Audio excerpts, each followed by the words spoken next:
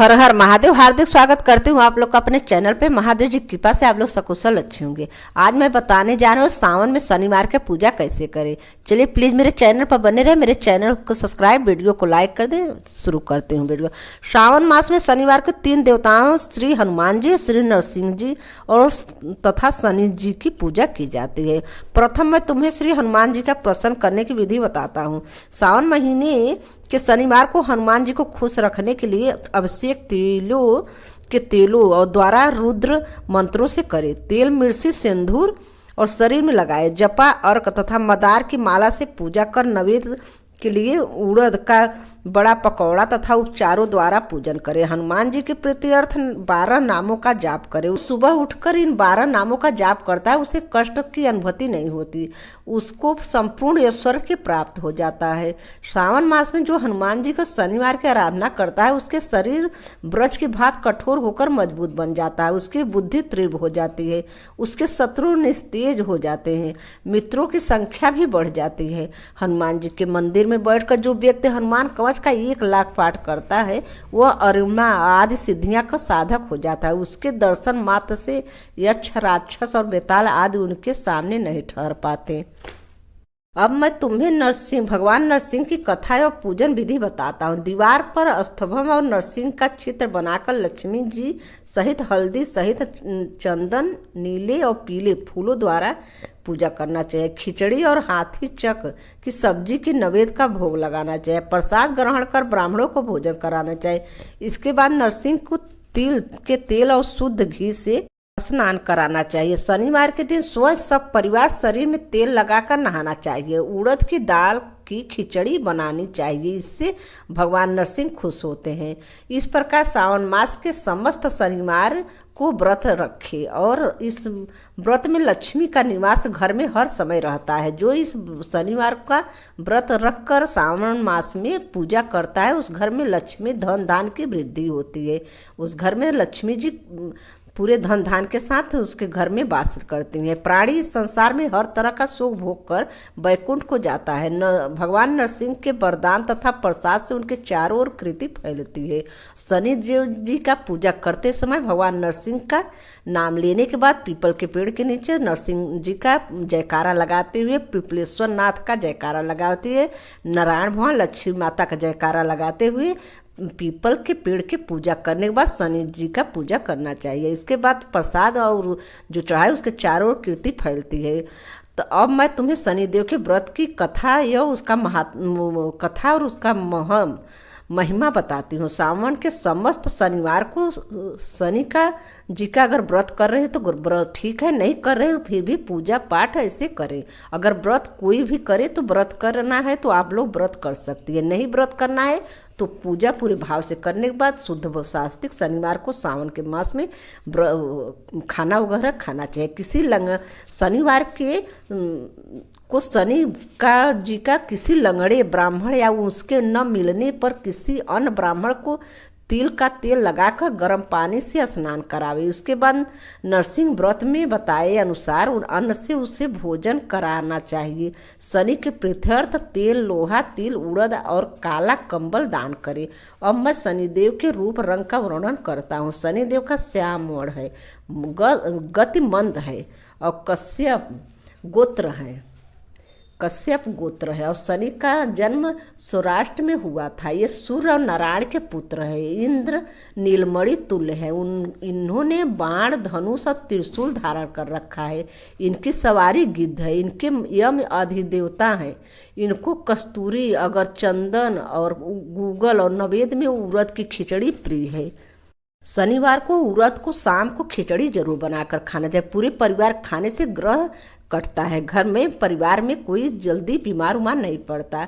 और शनि की पूजा में इनको लोहे की प्रतिमा रखी जाती है। दान देने के लिए श्यामोड़ का ब्राह्मण श्याम वर्ण का ब्राह्मण उत्तम है। ब्राह्मण को 2 काले कपड़े और तथा काले रंग की गाय बछड़े सहित दान में देनी चाहिए और उसकी स्तुति करनी चाहिए। शनिवार को काला कपड़ा स्वयं नहीं पहनना चाहिए।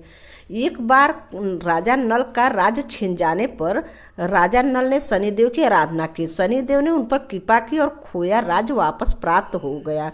मनुष्य को जो चाहिए वह इस प्रकार शनिदेव की आराधना कर कर कहे कि मेरे ऊपर शनिदेव प्रसन्न हो। नीलांजन की समान कांतिमान अति मंद भ्रामी छाया नाम वाली स्त्री से सूर्य द्वारा उत्पन्न शनिदेव को मैं हाथ जोड़कर नमस्कार करता हूँ। मंडल कोण में स्थित पिंगल नामक शनिदेव को मैं प्रणाम करता हूँ। हे शनिदेव, मुझे अति दीन पर कृपा करो। इस प्रकार बार बार उनकी स्तुति करनी चाहिए। शनिदेव की आराधना एवं सन्नु देवी मंत्र का उच्चारण करना चाहिए। ओम सम सम शनिचराय नमः, ओम सम सम शनिचराय नमः, ओम सम सम शनिचराय।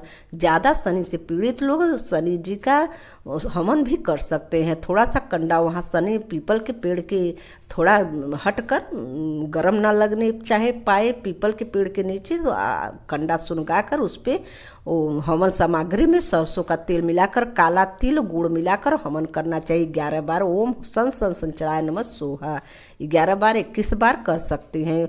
ओम सम संचराय नमः सोहा ऐसे बोलते हुए और उसमें समी का लकड़ी भी आप डाल सकती हैं और डाल देंगे तो और अच्छा है। अगर नहीं लकड़ी मिल रहा है तो समी का पत्ता भी डाल दें उसमें। और लक्ष्मी प्राप्ति के कामना वाले उसमें बेलपत्र भी डाल दीजिए और हवन करिए। अगर ये सब करने के लिए थोड़ा कंडा ज़्यादा करना पड़ेगा क्योंकि हर चीज़ जल्दी नहीं होता। तो आप लोग ऐसे अगर शनि की कृपा चाहते हो, ज़्यादा पीड़ित हो तो हवन जरूर करना चाहिए। जो प्राणी सावधान होकर विधि विधान से शनिदेव की पूजा करता है उसे स्वप्न में भी किसी प्रकार का भय नहीं होता।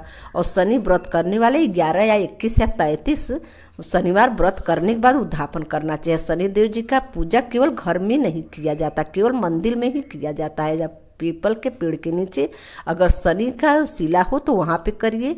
वहाँ पे तेल अर्पित करके उनको चौमुखी तेल का दीपक जरूर जलाना चाहिए। अगर लक्ष्मी प्राप्ति हुआ है सुबह न जलाए तो शाम को जरूर शनिदेव जी के चौमुखी तेल जलाना चाहिए। अगर ज़्यादा पीड़ित है तो 7 दीपक जलाएं, 7 शनिवार ऐसे करें। इसके बाद अपन 1 2 3 जितना जलाना हो उतना जलाइए। अगर ज़्यादा पीड़ित है तो 7 शनिवार को 7 दीपक जलाइए। तुरंत घर से कष्ट भय और ग्रह सब भाग जाएगा और सुखी परिवार रहने लगेंगे। स्वप्न में भी किसी प्रकार का भय नहीं रहता। ऐसा करने से शनि जन्म राशि से पहले चौथे और 5वें और 7वें और 8वें और 9वें या 12वें स्थान में हो तो सदा पीड़ा पहुंचाता है। इसलिए जन्म एक बार और बता दूं आपको, शनि जन्म के राशि में से पहले और दूसरे और चौथे और 5वें और 7वें 8वें 9वें या 12वें स्थान में हो तो सदा पीड़ा पहुंचाते हैं। इसलिए उसको शांति के लिए सामान्यम मंत्र का जाप करना चाहिए और इंद्र नीलमणि का दान करना चाहिए। ऐसे ही शनिदेव जी का पूजा किया जाता है। शनिवार को हनुमान जी को चना गुड़ चढ़ाकर हनुमान जी का भी पूजा करना चाहिए और काला तिल और 1 लोटा गुड़ डालकर समी पत्र डालकर शिव जी का अभिषेक जरूर करना चाहिए। ओम हु जूसह ओम भूर्भुवस्सह ओम त्र्यंबकम यजामहे सुगंधिम पुष्टिवर्धनम उर्वारुकमे बंधना मित्रों मोक्षमामृतात् ओम स्वः भू ओम स जू ओम। ऐसे बोलते हुए 21 बार उंगली पर गिनते हुए आप उंगली के पोर पे जो 4 है उसे गिनते हुए आप 21 बार अभिषेक करते हुए इतना बड़ा लोटा ले कि उसमें से 21 बार धीरे धीरे छोड़ेंगे तो हो जाएगा। तो एक अभिषेक करिए इस सब से। अगर आपके कुंडली में पीड़ा मतलब शनि का अगर जन्म राशि में चौथे या 5वें 7वें 8वें 9वें 11वें या 12वें 9वें या 12वें स्थान में हो तो सदा पीड़ा पहुंचा दे। ऐसे करने से शांति होती है, शनि ग्रह शांति रहते हैं और लक्ष्मी घर में बास लेती हैं। तो गाइज आप लोग ऐसे करिए, शनिदेव जी का पूजा करिए और हनुमान जी का पूजा करिए, शंकर जी का अभिषेक करिए। शनिवार को इतना तो जरूर करना है, हफ्ता में एक बार। और सोमवार को तो शिव जी का पूजा होता ही है, लेकिन शनिवार को भी शिव जी का अभिषेक करने से ग्रह शांति होती है। आप पहले पीपल का पेड़ पूजा करने के बाद शनिदेव जी का पूजा करिए, फिर शिव जी का अभिषेक करिए, फिर हनुमान जी का पूजा करके दीपक जलाए के तिल का। और शनिवार को गाय एक तिल का दीपक जलाना चाहिए। और लक्ष्मी प्राप्ति के लिए घी का जरूर पीपल तक जलाना होता है। और आप अगर शनिदेव जी को एक आप जैसे बताए वैसे दीपक जलाइए, एक चौमुखी भी जला दीजिए शाम के समय, और सुबह जैसे जलाना हो वैसे जलाइए। गाय रखती हूँ। हर हर महादेव। धन्यवाद।